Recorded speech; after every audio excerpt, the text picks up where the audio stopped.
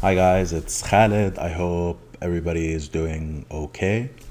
We're headed into the second lockdown, and or it's sort of started in a lot of places. Um, so I haven't done these in a long time, so I'm back from my little hiatus. I think it's been about 4 months, maybe a little bit longer. And like I've had topics to talk about, it's just I haven't been motivated. So to help shake me out of my malaise, a friend of mine suggested a question that I can answer for her. Um, I would call this a question from the audience, but she refuses to watch somebody talk incoherently for 30 to 45 minutes at a stretch. So I guess, which is a reasonable response. But let's get to her question. And what I'm going to do is I guess, answer the question relatively quickly and use it as a springboard to just like share some sentiments that I have about this moment and about how I'm thinking about it. This is going to be loosey goosey. So the question was, what is post Blackpill?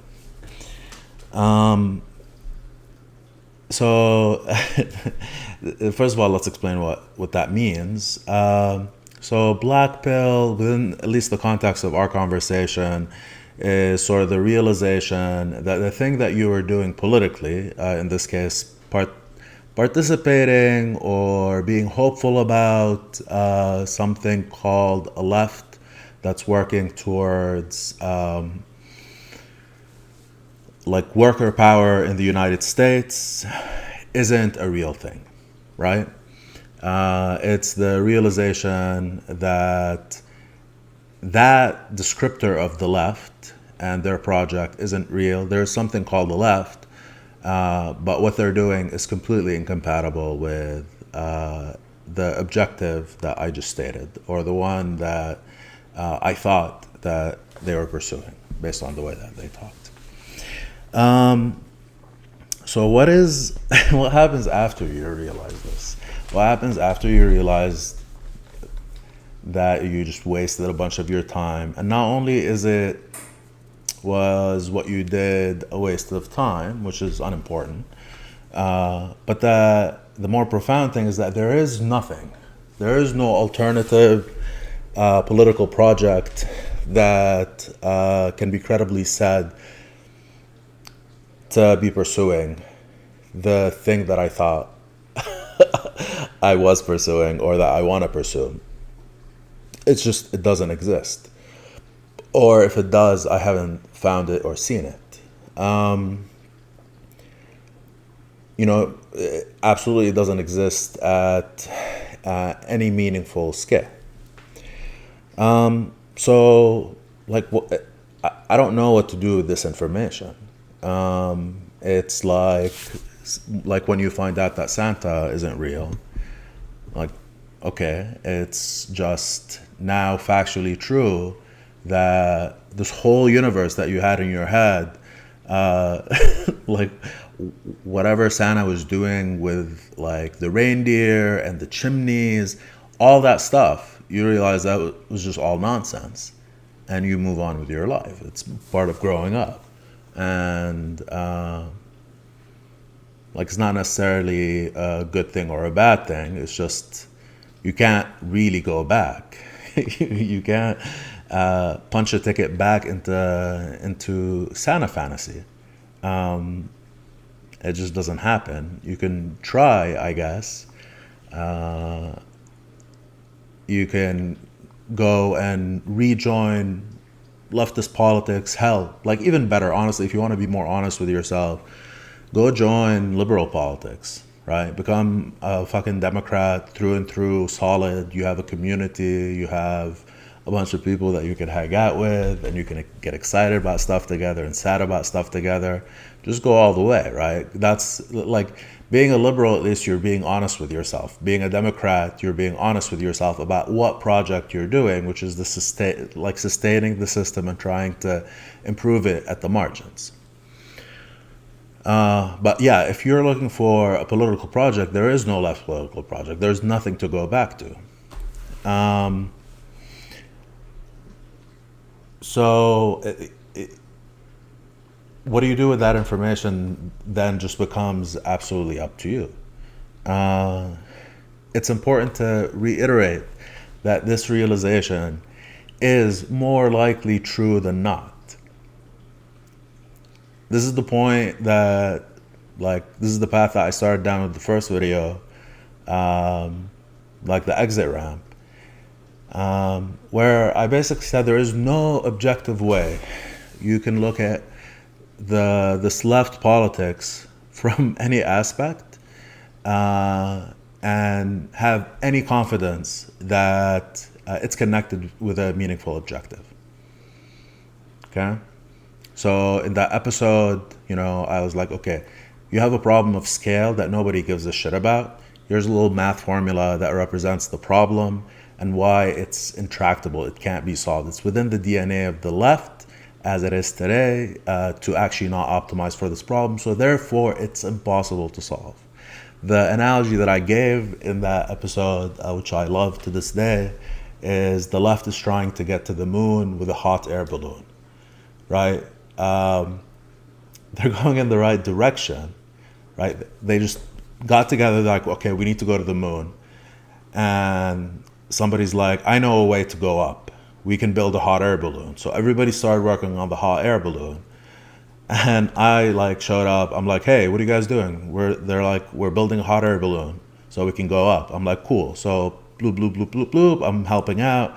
And then at some point, I'm like, so where are we going? What's our destination? Why are we going up? And they're like, oh, we're trying to go to the moon.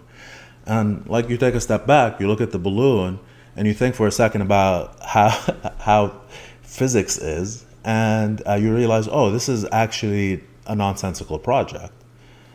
And so this is where I started. I started with essentially the black pill. And now what I've been doing is going through and as systematically as possible, illustrating why this is a rational conclusion based on the structure of the left, the organizational structure of the left, the ideology that they hold, right? These micropolitics that are the bread and butter of the leftist ecosystem that do nothing but spin people up, wind them up, and then wind them down, and wind them up and wind them down on micro timescales. Okay, the perpetual virtue machine. None of this stuff is gonna work. And this is what I've been doing most of the time when I'm talking on this. And mostly it's working it out for myself. Am I absolutely sure that there is no way out? Am I absolutely sure that there is no mechanic? And there isn't. Not with the current configuration. So,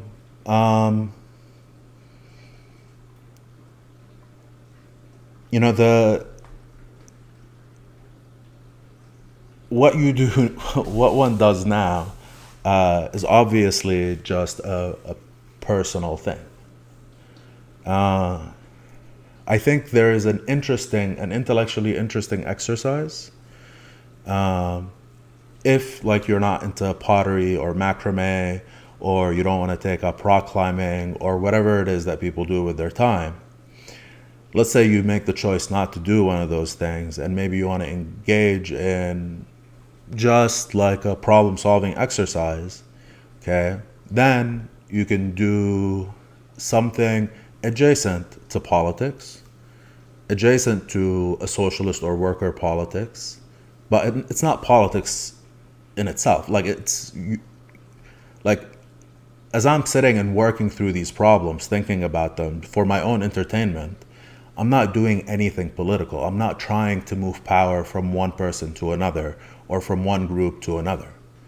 Right? There's nothing happening here. And this is sort of the litmus test by which I was judging why the left political project, the claimed political project that they're expending a lot of energy in, simply can't work, because there's no political content to it that's commensurate with the power dynamics that exist. The size of capital, or capitalism as a machine, as a system, and all its ancillary shit, the government providing like the outsourced services of deliberation, decision making for capitalism, right, is our own government. So, like, when you look at that power disparity, you're not trying to mediate power in that game with what was happening on the left. So this, like, whatever bullshitting, talking garbage about politics is not politics, right? It's just an exercise, a hobby, something to do because it's interesting and because there is a compelling nugget to it that is meaningful to you as a person, right? You're interested in it. You think that it would be nice to find something because you believe that maybe things will be nicer as a result of that.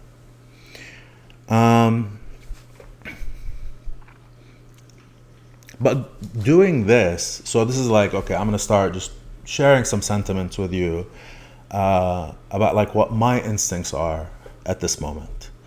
And what I wanted to do is share a little story with you about just something that happened in my career, which is relevant to this. So at some point I joined I'm an electrical engineer. I joined a medical device company. And what they were trying to do is build a system that predicts seizures in epileptic patients. So some people have epilepsy and their seizures are not under control. So their life is just a game of dice every day. Okay, they wake up in the morning and they don't know whether they're going to have a seizure or not. That basically destroys their quality of life. So, and like medicine can't control it, whatever it is. So the basic idea, the basic endeavor was to create a way for people to know when they're more or less likely to have seizures. And the way that this company started was that they thought, so like the way that you solve a problem like this is really you need two unlikely things to happen, okay? One, you need to have like a mathematical solve, like a way of taking like the signals from the brain and make sense of them mathematically so you understand when a seizure may happen. Okay, so that's the first miracle that needs to happen. The second one is less impressive of a miracle. It's to make a complex neurological implanted device, which is a horrendously difficult effort. Okay, but it's been done before, right? So you have to have two unlikely things and combine them together. And the way that this company started that I joined is that the first unlikely thing, the true miracle we thought had happened, right? Somebody published some papers, they were peer reviewed, blah, blah, blah. Some guy, he says he's using like something called chaos theory, which is like all the rage in the 90s. And by applying chaos theory, the mathematics of chaos theory, he can predict seizures. So this is how the company started. And very quickly, we found out that that algorithm just doesn't work. Like the first miracle that you absolutely needed, that rarely happens, okay, that we thought was already secured, so might as well start pursuing the second huge effort. Like this was false. It didn't exist. So in a sense, this really mirrors like this blackpilling, this state of disillusionment. It's like, oh, this amazing thing that you absolutely need necessarily, okay, isn't actually there. What do you do with that information? So my instinct and everybody's instinct who works with this kind of stuff, right, whose basically job, they get paid to solve problems, is to, okay, let's see if we can solve it ourselves, right? And that literally means going back to the drawing board, just starting from scratch. And like the story of my company is that we created another algorithm, we created an implantable device, we implanted it in some people. In the end, we ran out of funding and we ran out of time, right? But this point, this fork in the road where it says, oh, just turn back, go home, give up, right? Or, okay, let's go back to the drawing board, just clear everything and start thinking about this problem in a systematic way and figure out who you need, what you need, who you need to start talking to. You start reviewing papers and literature. You start talking to people who have experience or expertise in this area, in the way that you solve these kinds of problems. You build massive distributed computing systems to start doing algorithm calculations. There are practical things to be done, right? But you have to first accept that first thing, which is the thing that we thought was there isn't there. And then you go and you aggressively try to pursue the second thing. So this is where I find myself vis-a-vis politics, in the sense that, okay, if I say to myself, the tendencies that capitalism have are tendencies that I believe are dangerous, especially as we converge with this accelerationist trend within that's enabled by technology. Okay, and because of that, I want to figure out how we change. And I don't believe that there is an incremental way to manage this for a bunch of reasons, right? So we have to fundamentally change the power distribution so that the tendencies of capitalism don't continue and accelerate. Okay, we have to have a different political economy that works, that doesn't have those tendencies. So if I want to say that that's my objective, okay, then I just go and I try to solve the problem. And the one thing that I realize, and this is sort of an important thing, is that this problem is not going to be solved by me following my instincts. This is something that, like I've said in a bunch of different videos, don't trust your instincts if you want to act politically. Okay, and what I mean by that is that the world of politics is intertwined with a lot of stuff that means stuff to us, that gets us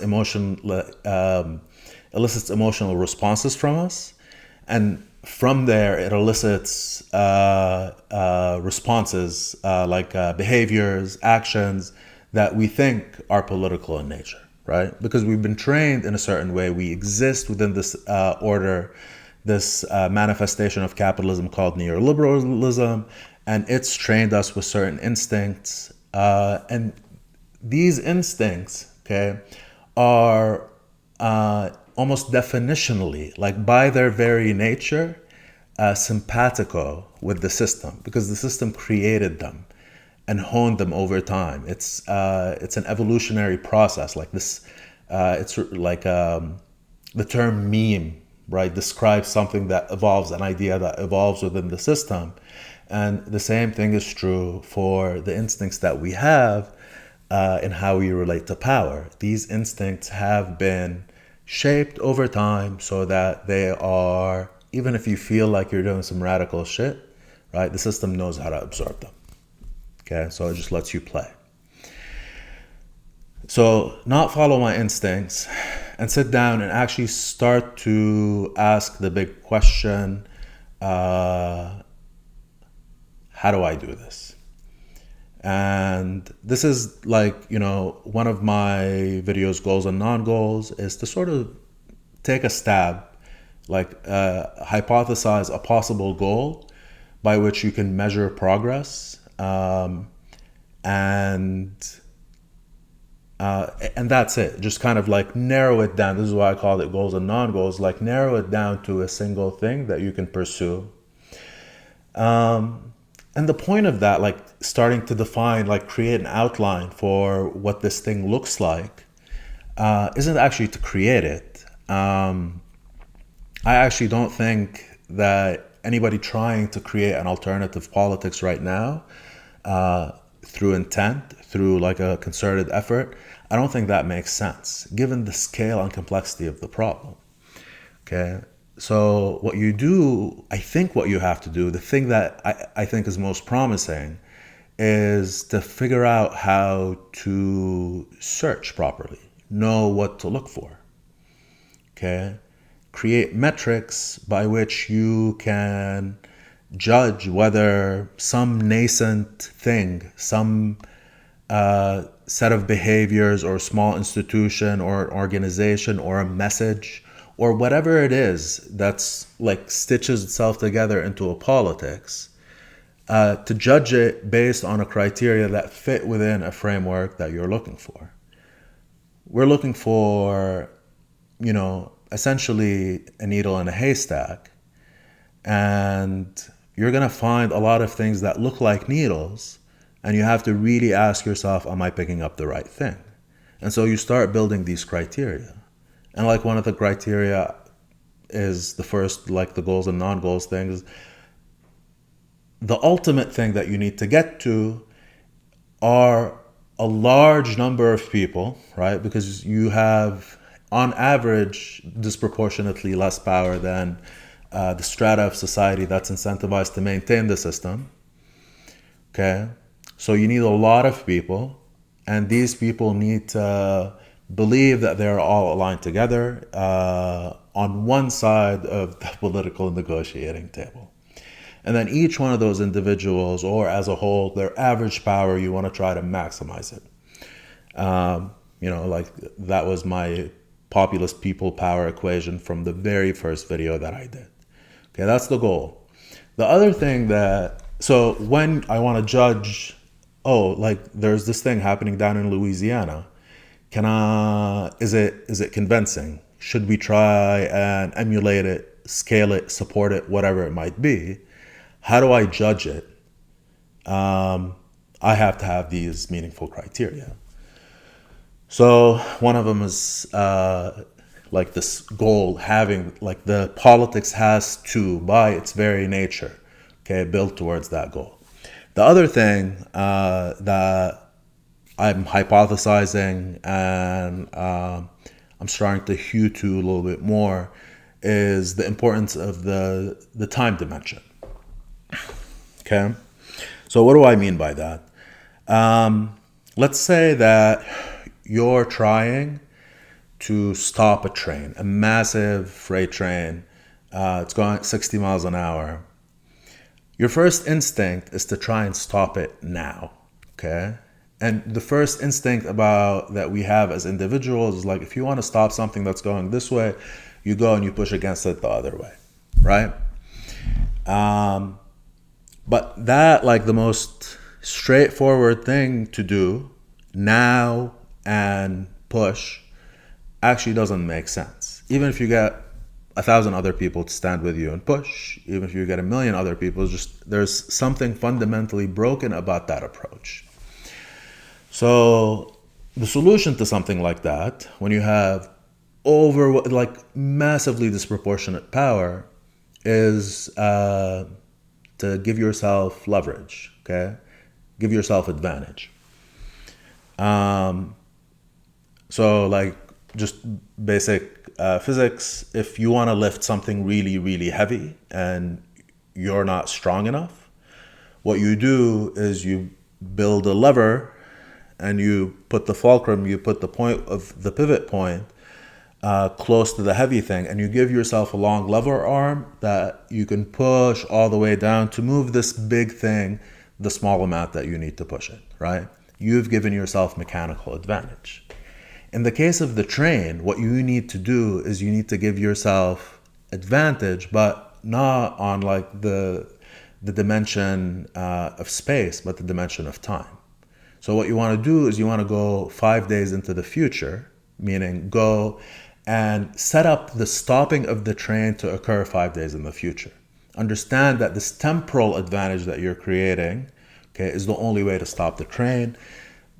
Go, 100 miles down the tracks, spend 3 days gathering the equipment that you need and build a massive rock wall so that by the time the train arrives at that location, you would have successfully managed to stop it or tear down the tracks or whatever it is that you can do.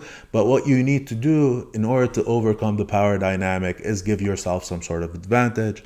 And so the temporal advantage, especially for what we're talking about right now, like the question of politics, and this machinery, and given the state, the absolutely dismal state of workers' politics at this point, there's nothing there. Institutions are all gone. Unions are gutted. The only unions that are remaining, aside from very, very few, but like the ones that are remaining are primarily public sector unions or like white collar unions. It's like all that stuff is gone. You're starting from zero. And so you have to give yourself as much advantage as possible. So if I'm going to go and add another little item into my checklist of ways of judging any kind of politics, an idea, a message, a set of behaviors, an organization, an institution, anything that can feed into or that can even inform my politics,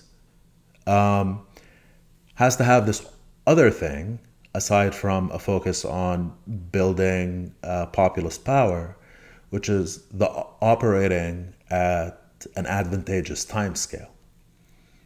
Okay?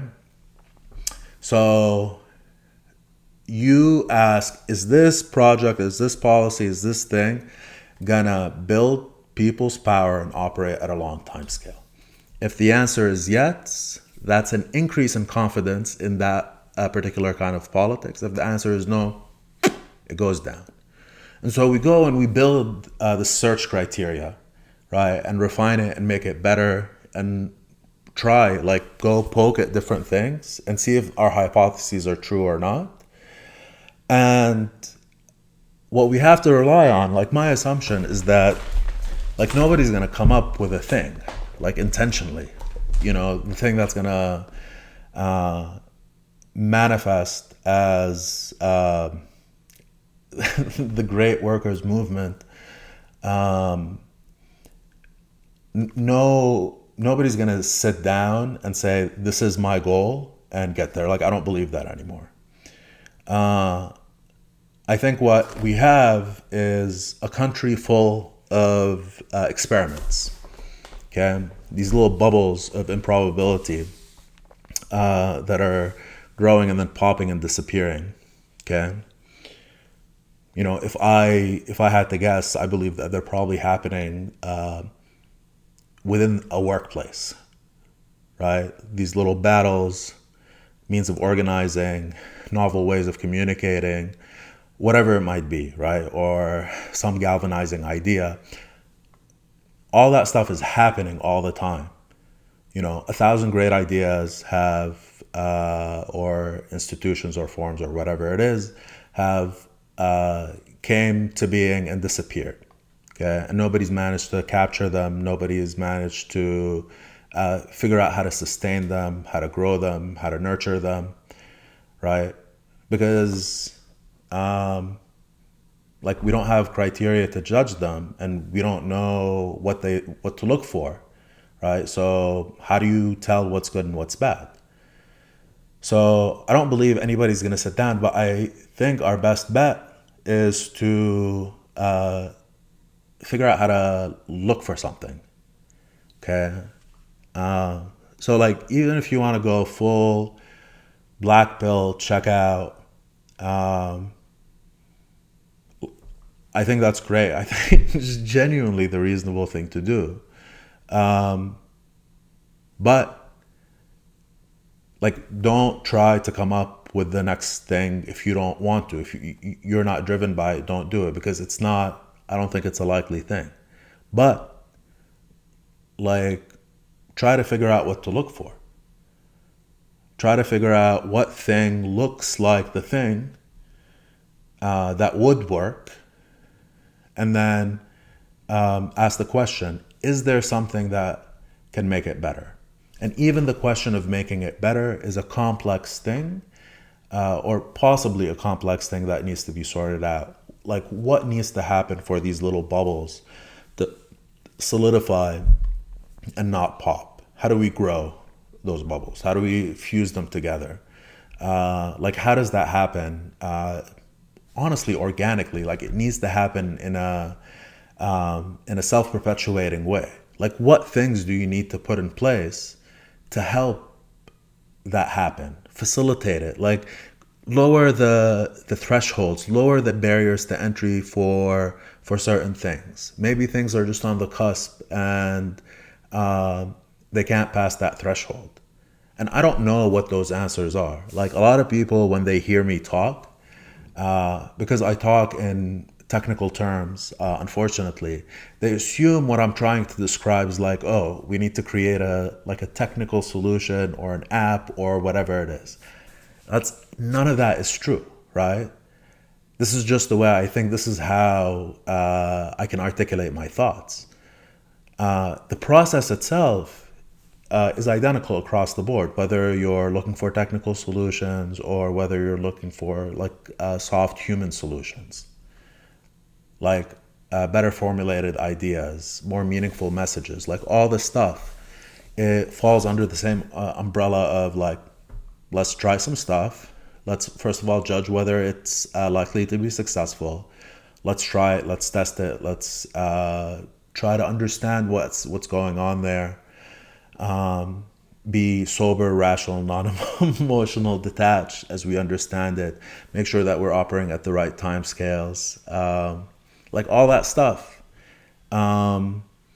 And just because I talk in these terms, like that shouldn't be confused by a pursuit for like a technical solution. Although, who knows, right?